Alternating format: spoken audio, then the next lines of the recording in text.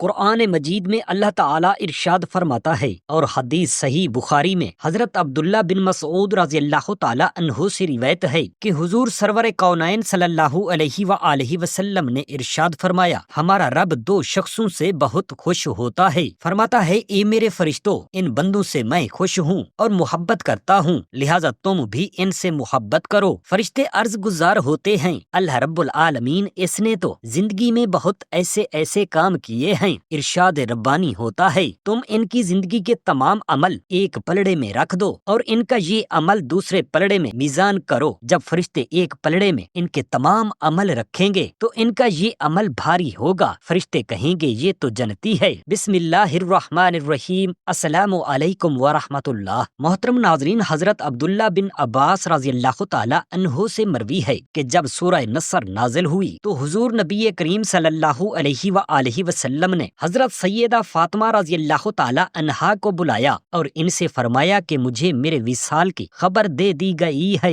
یہ سن کر حضرت سیدہ فاطمہ رضی اللہ تعالی عنہا رونے لگ گئیں۔ آپ صلی اللہ علیہ وآلہ وسلم نے فرمایا کہ رو مت، تم میرے اہل میں سب سے پہلے مجھے آن ملو گی۔ حضرت سیدہ فاطمہ رضی اللہ تعالی عنہا نے جب یہ سنا تو ہنس پڑیں۔ ام المؤمنین حضرت سیدہ عائشہ صدیقہ رضی اللہ تعالی عنہا نے جب شہزادی رسول اللہ صلی اللہ علیہ وآلہ وسلم کی یہ کیفیت دیکھی تو وجہ دریافت کی، مگر وہ ٹال گئیں۔ حضور نبی کریم صلی اللہ علیہ وآلہ وسلم کے وصال کے بعد جب ایک مرتبہ پھر ام المؤمنین حضرت سیدہ عائشہ صدیقہ رضی اللہ تعالی عنہا نے شہزادی رسول اللہ صلی اللہ علیہ وآلہ وسلم سے وجہ دریافت کی تو انہوں نے بتایا کہ حضور نبی کریم صلی اللہ علیہ وآلہ وسلم نے مجھے اپنے وصال کی خبر سنائی، جسے سن کر میں رو پڑی۔ پھر آپ نے فرمایا کہ تم میرے اہل و عیال میں سے سب سے پہلے مجھ سے ملو گی، جسے سن کر میں ہنس پڑی تھی۔ 28 صفر المظفر کو حضور نبی کریم صلی اللہ علیہ وآلہ وسلم جنت البقیع تشریف لے گئے اور جنت البقیع سے واپسی پر آپ کی طبیعت ناساز ہو گئی۔ آپ صلی اللہ علیہ وآلہ وسلم نے تمام ازواج مطہرات سے اجازت لے کر ام المؤمنین حضرت سیدہ عائشہ صدیقہ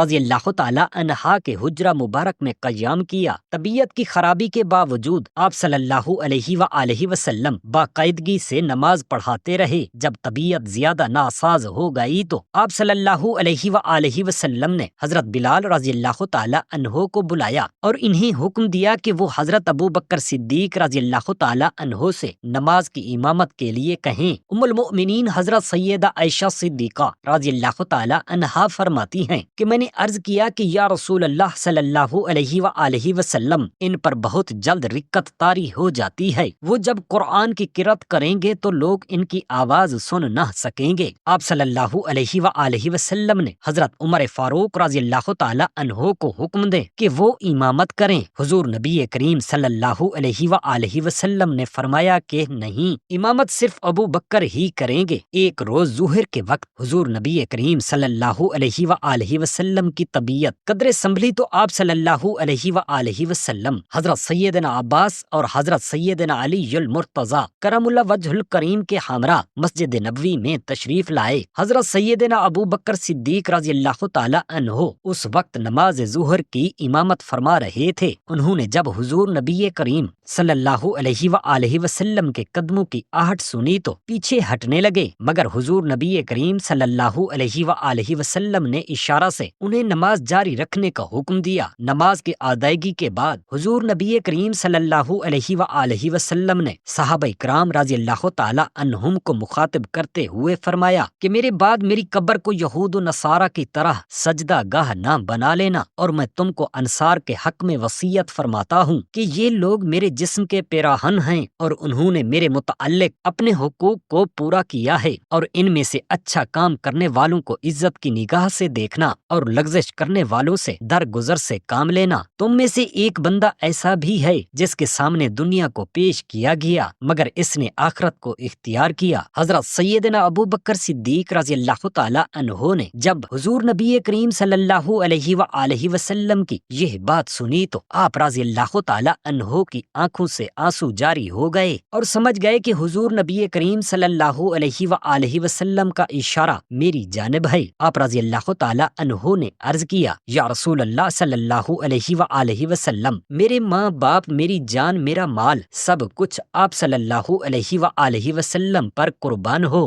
حضور نبی کریم صلی اللہ علیہ وآلہ وسلم نے فرمایا، اے ابو بکر تسلی رکھو۔ پھر فرمایا کہ ابو بکر، علی کے دروازے کے علاوہ مسجد کی جانب کھلنے والے تمام دروازے بند کر دو۔ ام المؤمنین حضرت سیدہ عائشہ صدیقہ رضی اللہ تعالی عنہا فرماتی ہیں کہ حضور نبی کریم صلی اللہ علیہ وآلہ وسلم کی طبیعت ناساز ہوئی تو آپ صلی اللہ علیہ وآلہ وسلم نے دیگر ازواج مطہرات کے مشورہ سے میرے حجرہ میں قیام کیا۔ میں آپ صلی اللہ علیہ وآلہ وسلم کی تیمارداری میں مصروف رہی۔ ایک روز آپ صلی اللہ علیہ وآلہ وسلم کا سر مبارک میرے کندھے پر تھا کہ آپ کا سر مبارک میرے سر کی جانب مائل ہوا۔ میں نے گمان کیا کہ شاید کسی حاجت کا ارادہ ہو۔ اتنی دیر میں آپ صلی اللہ علیہ وآلہ وسلم کے دہن مبارک سے لعاب مبارک کا ایک نطفہ نکلا اور میرے سینہ میں ہنسلی کی ہڈی کی گہرائی میں جا گرا، جس سے میرے جسم کے رونگٹے کھڑے ہو گئے۔ میں نے خیال کیا کہ شاید آپ صلی اللہ علیہ وآلہ وسلم پر بے ہوشی طاری ہو گئی ہے۔ میں نے آپ صلی اللہ علیہ وآلہ وسلم کو چادر سے ڈھانپ دیا۔ اس دوران حضرت سیدنا عمر فاروق اور حضرت مغیرہ بن شعبہ رضی اللہ تعالی عنہم آ گئے۔ انہوں نے اندر آنے کی اجازت طلب کی اور میں نے ان کو اندر بلا لیا اور پردہ کھینچ لیا۔ حضرت عمر فاروق رضی اللہ تعالی عنہ نے جب حضور نبی کریم صلی اللہ علیہ وآلہ وسلم کی بے ہوشی کو دیکھا تو کہا کہ کتنی سخت بے ہوشی ہے۔ حضرت مغیرہ بن شعبہ رضی اللہ تعالی عنہ کہنے لگے کہ حضور نبی کریم صلی اللہ علیہ وآلہ وسلم کا وصال ہو گیا ہے۔ حضرت سیدنا عمر فاروق رضی اللہ تعالی عنہ نے کہا کہ تم جھوٹ کہتے ہو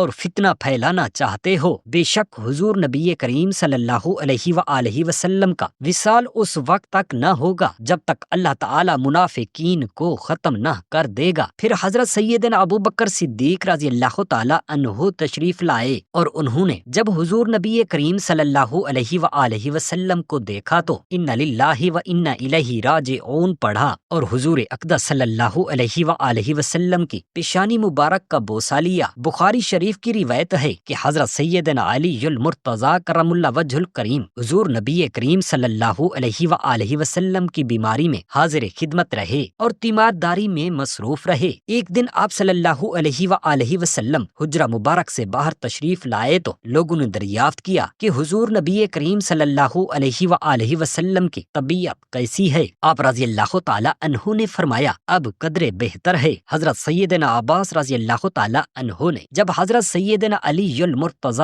کرم اللہ وجہ الکریم کی یہ بات سنی تو فرمایا اے علی، میں نے حضور اقدس صلی اللہ علیہ وآلہ وسلم کے چہرہ اقدس پر موت کے آثار دیکھے ہیں اور میں اللہ کی قسم کھا کر کہتا ہوں کہ بنو عبد المطلب کے چہرے کی کیفیت موت کے وقت ایسی ہی ہوتی ہے۔ حضرت سہل بن سعد رضی اللہ تعالی عنہ فرماتے ہیں کہ جب حضور نبی کریم صلی اللہ علیہ وآلہ وسلم کو چار پئی پر رکھ کر قبر مبارک کے پاس رکھا گیا تو لوگ گروہ در گروہ اندر داخل ہوتے اور درود و سلام پڑھتے اور کسی نے آپ صلی اللہ علیہ وآلہ وسلم کی نماز جنازہ کی امامت نہیں کی۔ حضرت سیدنا ابو بکر صدیق اور حضرت سیدنا عمر فاروق رضی اللہ تعالی عنہم مہاجرین و انصارہ کے کچھ گروہ کے ساتھ جو حجرہ مبارک میں آ سکے اندر داخل ہوئے اور بلند آواز سے السلام علیکہ ایھا النبی ورحمۃ اللہ وبرکاتہ کہا اور کہا کہ اے اللہ، ہم گواہی دیتے ہیں کہ جو کچھ آپ صلی اللہ علیہ وآلہ وسلم پر نازل کیا، آپ صلی اللہ علیہ وآلہ وسلم نے اس کی تبلیغ فرمائی اور اپنی امت کو نصیحت بھی فرمائی اور اللہ تعالیٰ کے راستے میں جہاد کیا اور اللہ کے دین کو عزت بخشی اور اللہ کے کلمہ کو پورا کیا، اور اے اللہ ہمیں بھی ان لوگوں میں سے کر دے جو حضور نبی کریم صلی اللہ علیہ وآلہ وسلم کے قول مبارک کو پورا کرنے والے ہیں، اور ہمیں آپ صلی اللہ علیہ وآلہ وسلم کے ساتھ جمع کر دیجئے۔ ہم حضور نبی اکرم صلی اللہ علیہ وآلہ وسلم پر ایمان لائے اور اس کے عوض کوئی قیمت طلب نہ کی۔ مہاجرین و انصار نے اس کے جواب میں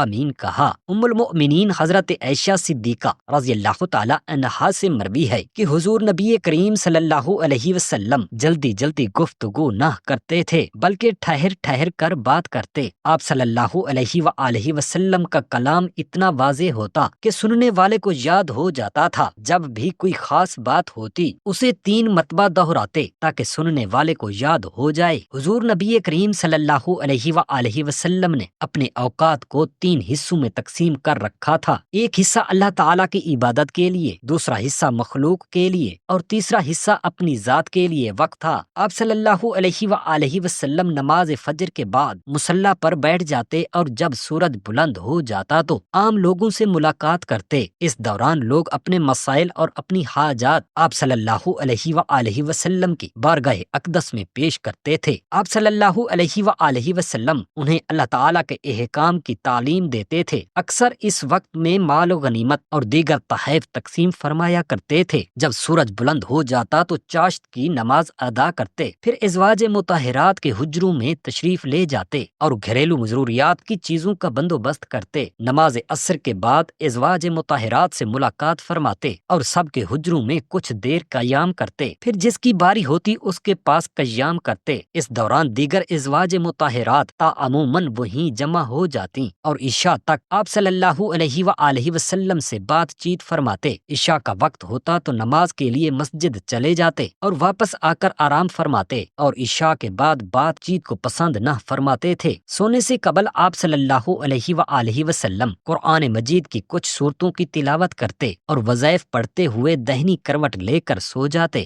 رات کے آخری پہر میں اٹھتے اور مسواک کرتے، پھر وضو کر کے تہجد کی نماز ادا فرماتے اور فرماتے تہجد کی نماز کے بعد جو بھی اللہ تعالیٰ سے حاجت کی جائے اللہ تعالیٰ اس حاجت کو پورا فرماتا ہے۔ فرمایا کہ رات کے آخری پہر میں سجدہ اللہ تعالیٰ کی ذات اقدس کو بہت محبوب و مقبول ہے۔ تہجد کی فضیلت میں اللہ پاک نے قرآن مجید میں اپنے بندوں کے اوصاف میں ارشاد فرمایا۔ ترجمہ: اور وہ جو رات کاٹتے ہیں اپنے رب کے لیے سجدے اور قیام میں، ایک مقام پر یوں ارشاد فرمایا۔ ترجمہ: ان کی کروٹیں جدا ہوتی ہیں خواب گاہوں سے اور اپنے رب کو پکارتے ہیں، ڈرتے اور امید کرتے۔ جن لوگوں سے خدا خوش ہوتا ہے۔ حضرت سیدنا عبداللہ بن مسعود رضی اللہ تعالی عنہ سے روایت ہے کہ حضور سرور کونین صلی اللہ علیہ وآلہ وسلم نے ارشاد فرمایا، ہمارا رب 2 شخصوں سے بہت خوش ہوتا ہے۔ ایک وہ شخص جو اپنے بستر، اپنے لحاف، اپنے پیاروں، اپنے گھر والوں کے درمیان سے کود کر نماز کے لیے کھڑا ہو۔ رب تبارک و تعالی فرماتا ہے، اے میرے فرشتوں، میرے اس بندے کو دیکھو کہ اپنے بستر اور لحاف سے اپنے پیاروں اور گھر والوں کے درمیان سے نماز کے لیے اٹھ کھڑا ہوا، میرے ثواب کی رغبت کرتے اور میرے عذاب کا خوف کرتے ہیں۔ فرشتے کہیں گے یہ تو جنتی ہے۔ اور ایک وہ شخص جو اللہ تعالیٰ کی راہ میں جہاد کرے تو اپنے ساتھیوں کے ساتھ بھاگ جائے، پھر غور کرے کہ اس پر بھاگنے میں کیا عذاب ہے اور لوٹنے میں کیا ثواب ہے، تو لوٹ پڑے حتیٰ کہ اس کا خون بہا دیا جائے۔ تو رب تعالیٰ فرشتوں سے فرماتا ہے، میرے بندے کو دیکھو، میرے ثواب میں رغبت اور میرے عذاب سے خوف کرتے ہوئے لوٹ پڑا حتیٰ کہ اس کا خون بہا دیا گیا۔ فرشتے کہتے ہیں یہ تو جنتی ہے۔ سبحان اللہ۔ اللہ تبارک و تعالی